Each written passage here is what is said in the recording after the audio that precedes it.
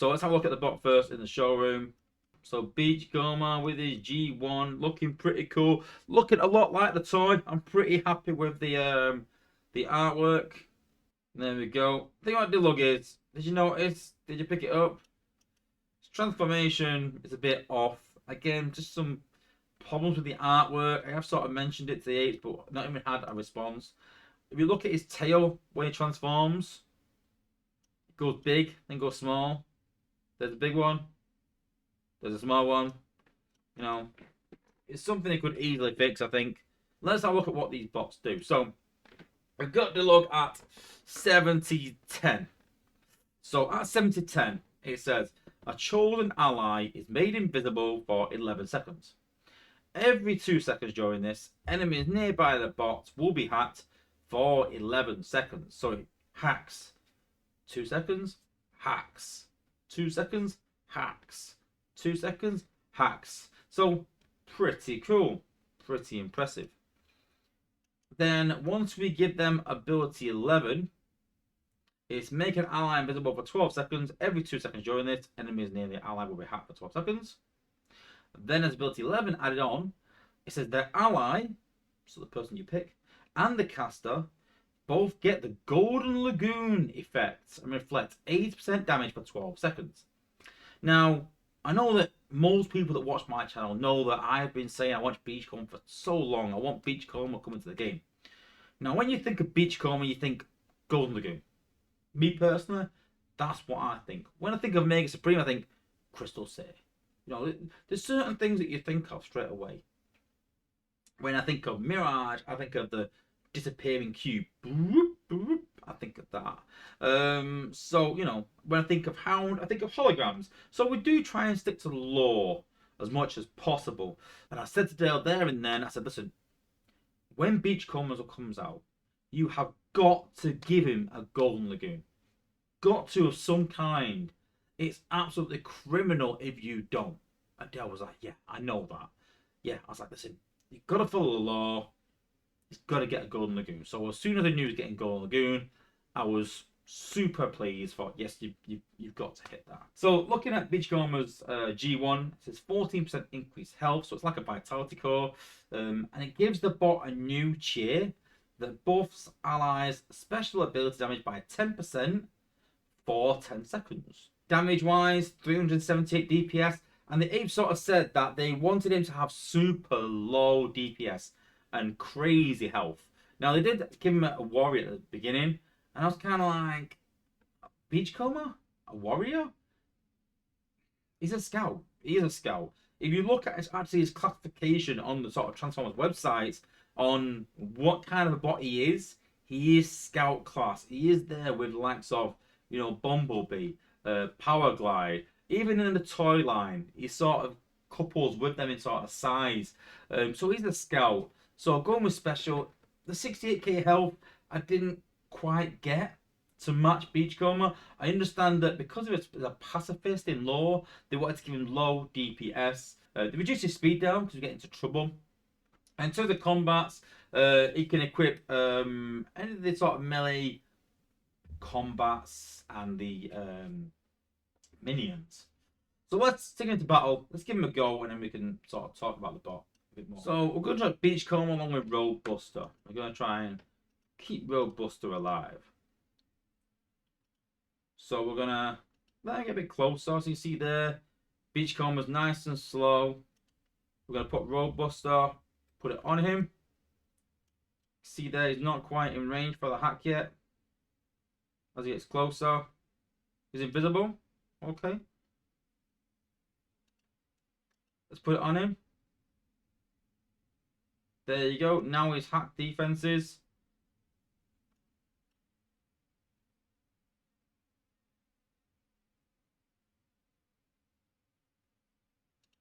Let's make him invisible again.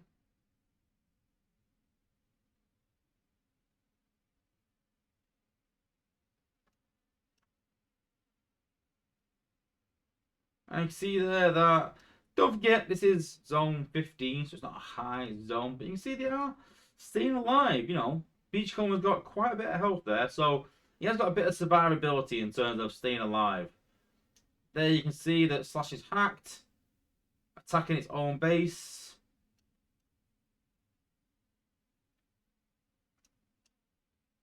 Beachcomber's died.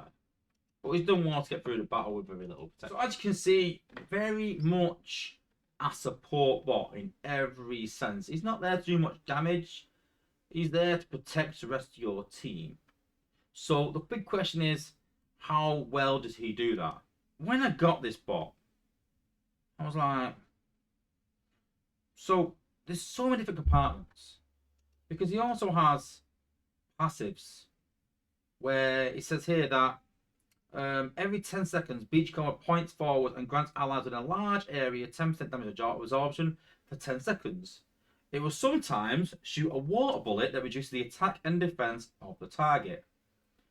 So I was like, I need to get a list together here of everything that Beachcomber does, because it does quite a bit. And people look at this going like, wow, it does a lot. That's crazy health. And it does a lot. So let's go through what he does. So first off, he gets damage absorption. So the damage absorption is for him and allies. So he points forwards and grants allies in a large area 10% damage absorption for 10 seconds. Now, 10% damage absorption, it's not a lot, but it's okay. It's all right as a passive. It's only 10%, but it's not too bad. Every 10 seconds, I don't mind that too much. Then you've got the Golden Lagoon, but did anyone see the Golden Lagoon? Or did it? Did anyone actually see it? Let's give it a go again. So let's try Beachcomber again. We'll try with Brainstorm. Just something different. Let's try and give Brainstorm a Golden Lagoon. So we zoom in, and that's the Golden Lagoon supposedly. Now for me, I can't see a Golden Lagoon. I can see a lot of spots on him, a lot of yellow spots, but I can't see a Golden Lagoon. Let's just try again to be sure. So Beachcomber has a lot of yellow spots. He's got a lot of bluey yellow spots, yeah, on him. But that's not Golden Lagoon. Now that is a Golden Lagoon. That is what a Golden Lagoon looks like.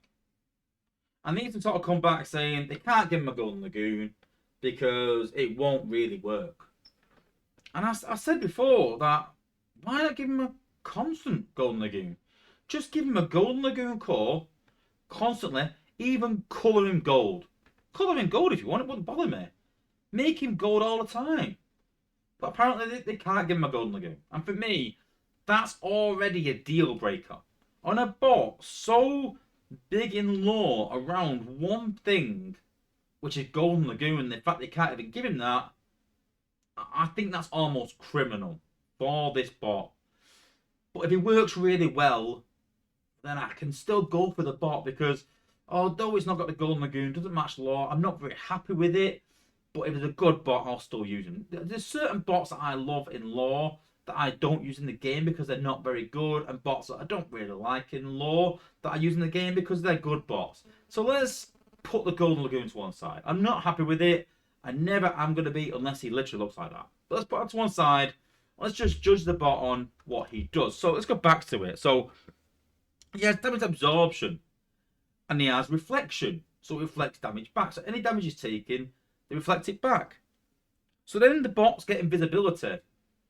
So what's the point in giving a bot damage reflection or damage absorption when they're invisible?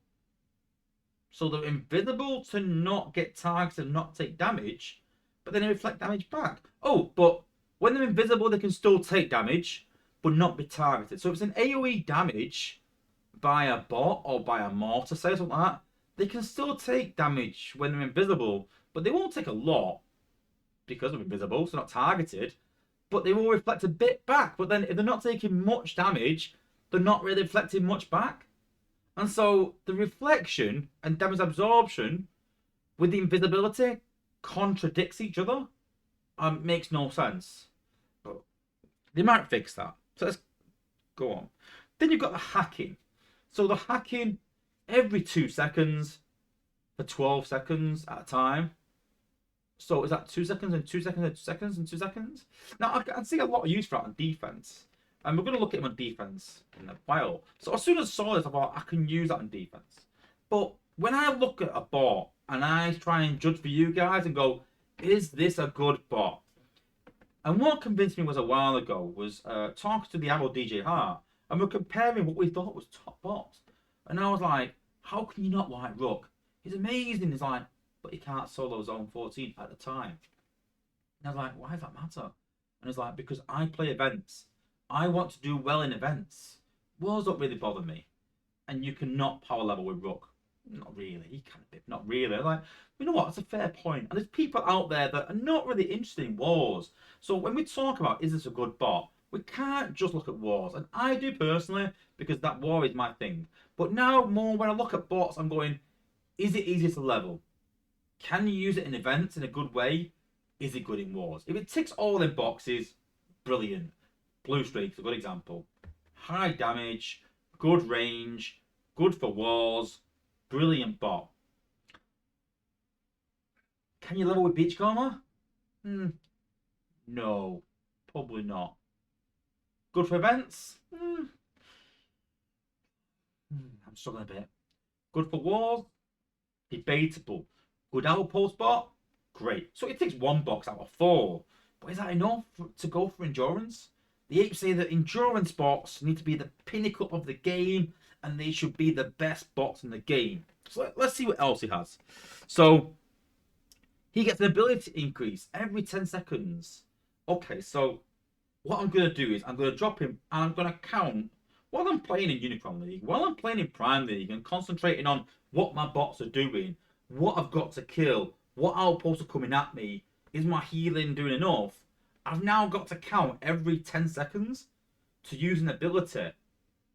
But then some abilities take a few seconds. So unless I get it on that exact 10 seconds, then the ability might do what I want it to or might not. So if I'm going to take Beachcomber thinking I can take Jetfire to do what maybe Roadbuster would do or SG Jetfire would do with that 10% increase in ability damage, whatever it is, I've got to use Jetfire at a particular moment. But if I miss that by a couple of seconds, then he's not going to do the damage I want and not going to do what I want in that war. And we talked earlier about having a definitive job and that bot doing that job and knowing it will do it. So if you get an increase in ability damage, and let's be honest, you're not going to count 10 seconds. So you go, at some point, you're not going to rely on that. So that ability increase is useless. Pretty much useless. Then we're going to taunt. So taunt means, obviously, every defense will be attracted to Beachcomber. Well, no, it doesn't, because if another bot is closer by and Beachcomber's out of range of that defense, then no, the taunt won't work. So why have a taunt? If a taunt's not going to attract every single defense, then why have a taunt? It's only going to attract taunts with a... It's going to attract defenses with a huge range, which is beam lasers, mortars, missile launchers, long range MDS. But yeah, that's only every so often as well. So sometimes it will target Beachcomber, sometimes it won't. And then we've got a DPS increase, that's fine, no problem with that. So we've got a lot of contradicting things. And I feel like we've got a bot, and I call this a jack of all trades. I'm not too sure if I have that in the US. Jack of all trades, master of none. It is a golden lagoon, but it is more than a golden lagoon. But when you look at the reflection of 80% for the 5-star, we've got a bot that reflects 85%, 75% damage right now in Hotspot. So you would ask yourself, why are people not using Hotspot instead of pipes? Because that reflection's not enough. That 75, 80% reflection of damage is not enough. Granted, Hotspot does rush ahead and becomes a focal point, so that's a fair point, a fair argument. But to give a bot just a reflection of 80% when you use the ability, Pipes is not amazing because Pipes has 50k health. If you try and use Pipes without using his ability at all, Pipes will die. And that's why when you put FFD in your base, I talked about putting 4 on my war base to stop people from using Pipes, because I know that Pipes is probably going to die. It's a frontline bot, 50k health. Believe it or not, it's not that much. That's not what makes pipes great. It's the max health and damage absorption together, coupled with the speed reduction. It slows defenses down, it slows twin twist down, it gives him massive amount of health with damage absorption. So it's a crazy sort of combination of his ability, not the bot on its own. So to give just this bot 80% damage absorption with 60k health, it's not as impressive as you might think. He's still going to die quite, not quickly, but he's still going to die on the front line. And granted, yes, he 1.7 health to stay back a bit, but he's still going to die. He's not as powerful and as tanky as you might think. So we've got a bot that's got a golden lagoon that's not a golden lagoon, that has damage absorption reflection, but doesn't reflect much and absorb much because he's invisible. But although he's invisible, still takes damage, and also a taunt that doesn't work. So you've got all these things, all these compartments of Beachcomber, and none of them really do anything really well. And I literally went in the test server and I said, guys, I don't know what you guys see in this. I honestly think this bot is down there for some of the worst bots in the game right now. And at a cost of 4+4. So when I think of support bots, I always say, and I've said this all along, new content should be better than old content. So would you rather have Beachcomber, or would you rather have tracks for 2+5, so that's 2, 7, 12, rather than 4, 8, 12. So for 2 uses, tracks is cheaper. Track stays back more than Beachcomber does. He blocks 6% of damage for your whole team. The whole team for 21 seconds.